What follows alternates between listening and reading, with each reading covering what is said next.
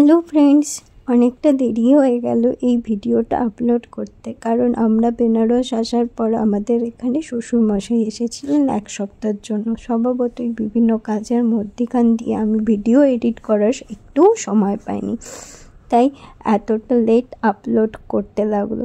যাই হোক, পুরীতে আমরা একদিন একটু ছোট্ট করে বাঙালিয়ানার টেস্ট নিতে গিয়ে চলে গিয়েছিলাম রাত্রে ডিনার করতে মিত্র ক্যাফেতে।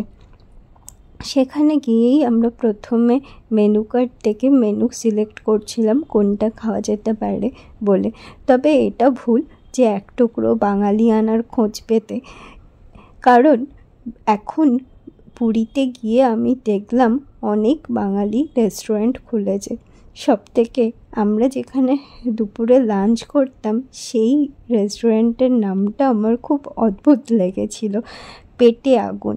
যাই হোক, রাত্রিবেলা আমরা সেদিনকে মেনু সিলেক্ট করে ওয়েট করছিলাম কখন খাবার আসবে।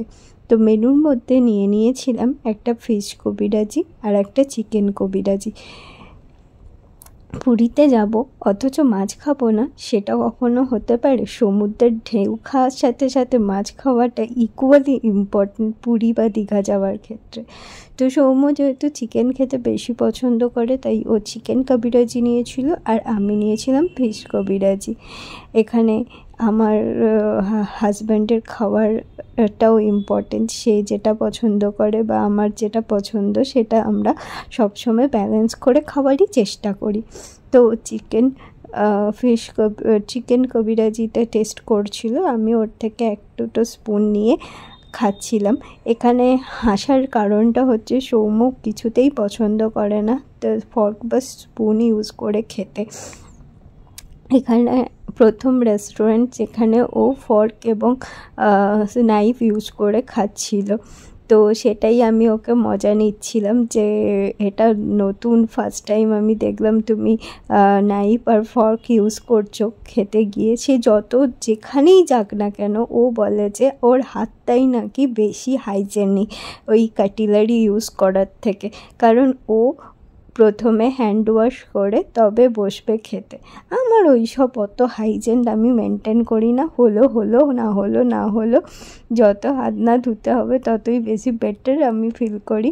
তো ও আমাকে গল্প বলছিল ওখানে, আমি এই জন্যেই বুঝতে পারি কী করে রেস্টুরেন্টে গিয়ে এক কাপল অনেক ঘন্টার পর ঘন্টা একটুখানি খাবার নিয়ে সময় কাটিয়ে দিতে পারে। যেহেতু আমি নাইফ দিয়ে খাচ্ছিলাম এবং আমার খেতে বেশ সময় লাগছিল, সেই জন্য আমারও মজা নিচ্ছিল।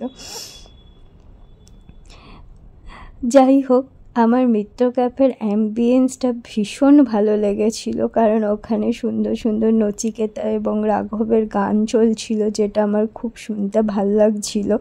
এর সাথে সাথে ওদের অ্যাম্বিয়েন্সটাও খুব সুন্দর ছিল, চারদিকে সাজানো গোছানো। আচ্ছা, এখানে আমরা একটা ভেটকি তন্দুরি নিয়েছিলাম আর মেন কোর্সের জন্য নিয়েছিলাম চিকেন আর রাইস। চিকেনটা তো অসাধারণ ছিল, সৌম্যর কথায় ও এরকম চিকেন নাকি কোনোদিনও খায়নি, তো ওর তো ভীষণ ভালো লেগেছিল, সাথে আমারও খুব ভালো লাগেছিল। এইভাবে পুরীতে আমাদের আর একটা রাত্রি কেটে গেল। আর খুব শীঘ্রই আমি বেনারসে ফিরে আসার সমস্ত ভিডিও নিয়ে আসছি। তার আগে এই সিরিজটা কমপ্লিট করে নিই, কারণ আর এইটাতে হয়তো একটা ভিডিওই আসবে, কারণ আমাদের শেষ রাত্রি। তো আজকের মতন এখানেই টাটা, বাই বাই, আবার দেখা হবে নেক্সট ভিডিও।